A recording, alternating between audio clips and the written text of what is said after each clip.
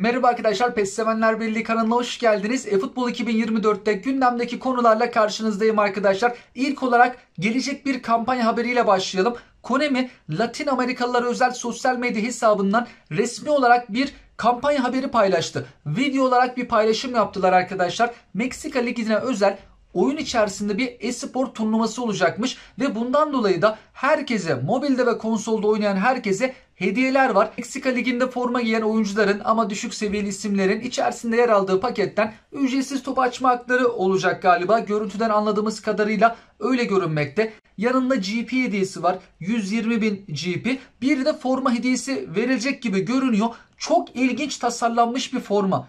Üzerindeki o şimdi iskelet, insan iskeleti, renk seçimleri tıpatıp aynısını mı acaba verecekler? Böyle bir formayı da hediye edebilirler. Hatta oyun içerisinde öyle bir turnuva düzenleyecekler ki arkadaşlar, gerçek para ödülü var. Konami bu Meksika Ligi'nin özel turnuvayla alakalı site bile yaptı. Hatta önce bir hediyelerle başlayalım.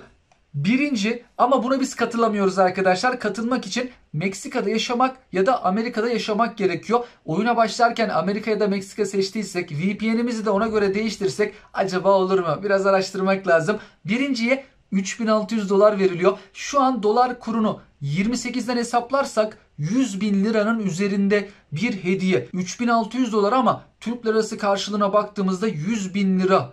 Çok büyük bir ödül. İkinciye 2000 Amerikan doları, 28 ile çarpsak 56 bin Türk lirası. Yani en sondakine bile grup aşamasında falan diyor. Onunla bile 200 dolar veriliyor. O bile bizim paramıza göre 5600 gibi bir şey yapmakta. Birinci, ikinci, üçüncü, ilk sıradakiler, aslında ilk 4 sıradakiler bayağı bir güzel ödül kazanıyorlar. Ama dediğim gibi ne yazık ki bu turnuvaya biz katılamıyoruz. Meksika ve Amerika'da ikametgahı olanlar katılabilmekte. Round 1, Round 2 ve büyük final var. Çok kısa sürede bu işlem gerçekleşecek galiba. Bu hafta başlıyorlar ve 2-3 Aralık'ta da final oynanacak. Turnuva sona erecek. Bu turnuvayla alakalı da oyunda bazı hediyeler bizlere de verilecek. Peki bu hediyeler ne zaman bize verilir arkadaşlar? Ya yarın verilir, yarın verilmezse perşembe verirler. Normalde bu tarz kampanyalar perşembe günü başlamakta. Bakalım yarın gelmezse perşembe günü bu hediyeler karşımızda olabilir. Keşke futbol parası hediyeleri de olsaydı. Yani bir kampanya yapıyorlar, bir turnuva yapıyorlar. Tamam, o ülkelerde oynayanlar gerçek para bile kazanabiliyorlar ama diğer ülkeler için de daha çok futbol parası kazanabileceğimiz bir şeyleri ekleselerdi. Devam ettiğimizde Perşembe oyunda hazır paketler bölümüne yeni paketler eklendi. Bayern Münih, Milan ve Inter takımının paketleri. Seviyelere baktığımız zaman belki beklentinin altında kalmış olabilir.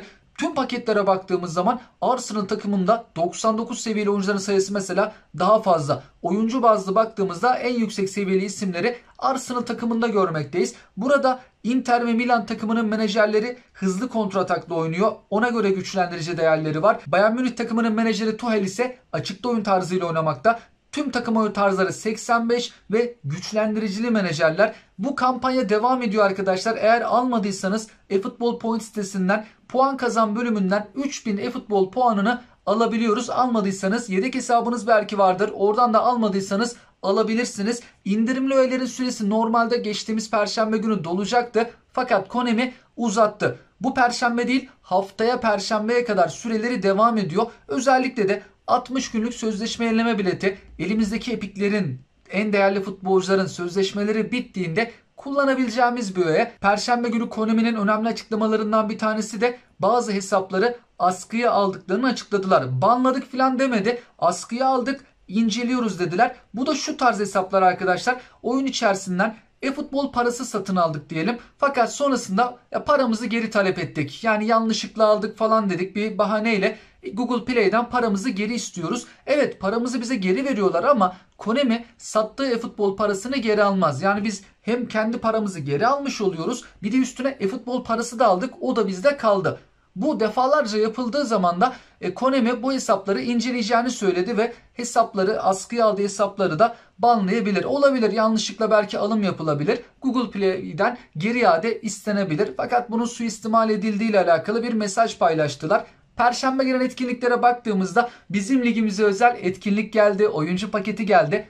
Bu etkinlikten bir tane Player of the Week paketinden açma hakkı elde ediyoruz. Bu etkinlikten 50 futbol parası kazanıyoruz. Ayrıca bugün bitecek etkinliklere baktığımızda 2 tane etkinlik var. Mücadele etkinliğinden 50 futbol parası kazanıyoruz. Oynamadıysak mücadele etkinliğini oynayarak buradan 50 futbol parası beceri antrenörlerine kazanabiliriz. Bugün bitecek pakete baktığımız zaman pazartesi günü gelen Drogba'lı, Ribery'li, Bergkamp'lı paketin bugün son günü. Yarın yeni epik paket gelecek. Yarına geçtiğimiz zaman yarın gelecek oyuncularla başlayalım.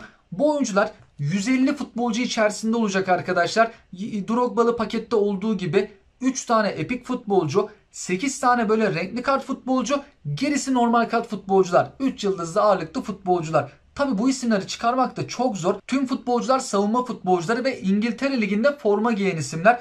Sağ bek, kaleci, defansif orta saha, sol bek, stoper, defansif orta saha. Bundan dolayı da yarın gelecek epik futbolcular kaleci, savunma ya da orta sahada, defansif orta sahada oynayan isimler olması gerekiyor. Konami bu oyuncuların pozisyonlarına göre de epik futbolcu getiriyor. Bir de Konami geçtiğimiz haftalarda şöyle bir açıklama yapmıştı. Bu sezon içerisinde Ribery'i, Tullio'yu, Xabi Alonso'yu getireceğim dedi. Ribery geldi. Tullio da geldi. Gelmeyen bir isim Xabi Alonso. Xabi Alonso da bir defansif orta saha. Bundan dolayı yarın beklenmekte arkadaşlar. Yarın beklenen isimler bunlar. Bunlar tabi tahmin. Büyük ihtimalle de gelebilir. Resmi açıklama değil ama bu isimlerin çünkü fotoğrafı oyuna eklendi arkadaşlar. Fotoğraflı güçlendiricili epikler bunlar. Bundan dolayı yarın gelme ihtimalleri çok güçlü. Xabi Alonso defansif orta saha, sol bek Irvin, kaleci Given. Güçlendiricili bir şekilde gelecekler. Hani oyunda çok sevilen isimler mi dersek belki o kadar çok sevilen isimler diyemeyiz. Bu oyuncuların pozisyonunda olup daha da çok istenen isimler de oyunda yer almakta. Mesela İngiltere Ligi'nde defansif orta saha olarak Gilberto Silva, Patrick Vieira gibi defansif orta sahalar da var. Ama bu isimlerin görselleri henüz daha oyuna eklenmedi arkadaşlar. Sürpriz bir şekilde Konami yarın getirebilir ama pek beklenmiyor. Yarın beklenen isimler görselleri de eklendiği için bu 3 epik futbolcu olacak. Hemen önümüzdeki perşembe günü de eFootball Ligi'nin şu anki aşaması sona ermekte ve hangi klasmandaysak ona göre de perşembe günü oyuna girdiğimizde oyun bize hediyeler vermekte. Birinci klasmandan 10. klasmana kadar hangi klasmandaysak ona göre GP, eFootball puanı ve beceri antrenörü veriliyor. Eğer birinci klasmandaysak en fazla ödülü buradan alıyoruz. 10 tane beceri antrenörü, 3000 eFootball puanı, 30.000 de GP. Özellikle de ben bunlar içerisinde en çok beceri antrenörünü istiyorum. Daha çok işimize yaramakta. İstediğimiz beceriyi çıkarırken bile bazen 10 tane de harcasak çıkaramayabiliyoruz. Oyunda bu perşembe değil de bir sonraki perşembe bitecekler var. Süresi 10 gün kalanlara bakalım.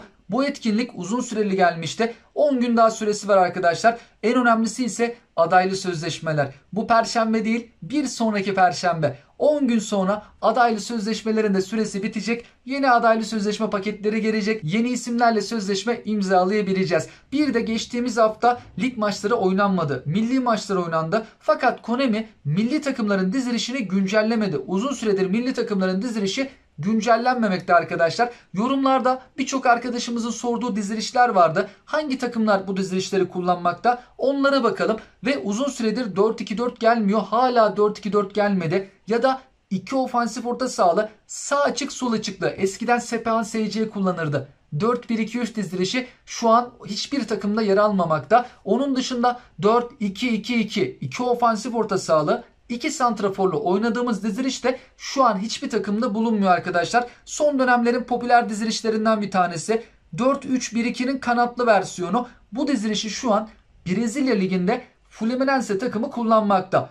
4-2-1-3 dizilişine bakacak olursak oyundakinden birazcık farklı. Açıklar geride. Japon 2. Ligi'nde yer alan Montedio Yamagata bu dizilişi kullanmakta. Zambiya milli takımı da bu dizilişi kullanmakta. Oyunda 4-2-2-2 dizilişlerine baktığımızda 4-4-2'nin farklı şekilleri. Fransa milli takımı uzun süredir bu dizilişe sahip. Burada stoperlerin önündeki dostlar, göbekler stopere çok yakın. Bu dizilişi Brezilya milli takımı da kullanıyor ama ortadaki ikili daha ileride. Uruguay'ın mesela 4-4-2'sine bakalım. 4-2-2-2 dizilişi diye geçmekte. Santraforlar birbirine yakın. Göbeklerin pozisyonu da yani ne stopere çok yakın ne de çok ileride. Mesela bu dizilişi kullanan farklı bir takım daha var.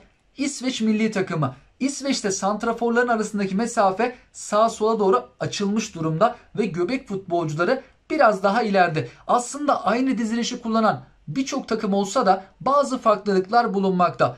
kimi futbolcu biraz daha ileride, kimisi geride ya da burada olduğu gibi aralarındaki mesafe biraz daha fazla olmakta. Bir de biz menajer seçerken değişik oyun tarzlarında bunları kullandığımızda daha da oyuncular farklı yerlerde konumlanabiliyor. Uzun topla kontrol oynayabiliriz. Açıkta oynarız, kenarlara doğru açabiliriz, top çevirme ya da hızlı kontra atak. Bu dizilişleri bir de farklı oyun tarzlarında deneyip kendimize en uygun olanını bulabiliriz de.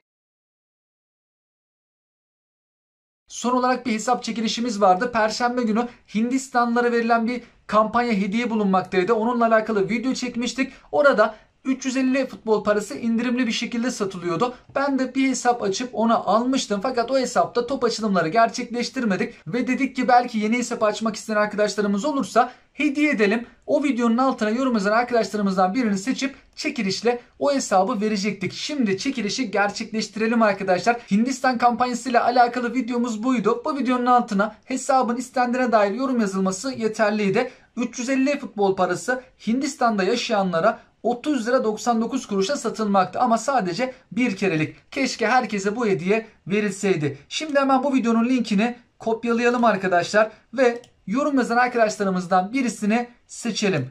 Buradan rastgele yorum seçici bir siteye girdiğimizde linkimizi yapıştıralım. Şuna tıklayalım.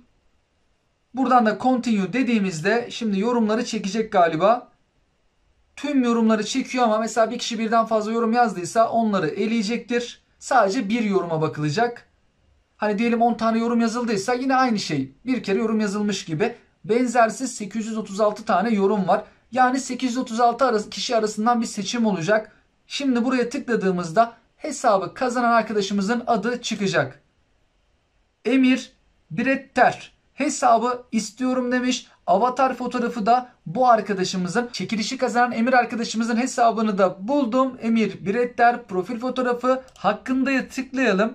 Ne zaman hesap açılmış? 1 Ekim 2018 tarihinde YouTube'a katılmış. Çünkü aynı isimde aynı fotoğrafı kullanan başka kullanıcılarla karışmaması için de bunları gösteriyorum arkadaşlar. Ve eğer nasip olursa her hafta güzel güçlü hesapları çekilişlerle hediye etmeyi düşünüyorum. Yeni yıla kadar öyle bir planım, projem var. Gerçekleştirebilirsek bu hafta başlayacağız arkadaşlar. Zaten neydi ne oldu serisine başladık ama onun dışında yine güzel hesapları her hafta vermeye çalışacağım. Yeni yıla kadar böyle bir projem var ama inşallah onu da hayata geçirebiliriz. Tüm her şeyle alakalı sizler de yorum ve görüşlerinizi bizlerle paylaşabilirsiniz. Hoşçakalın.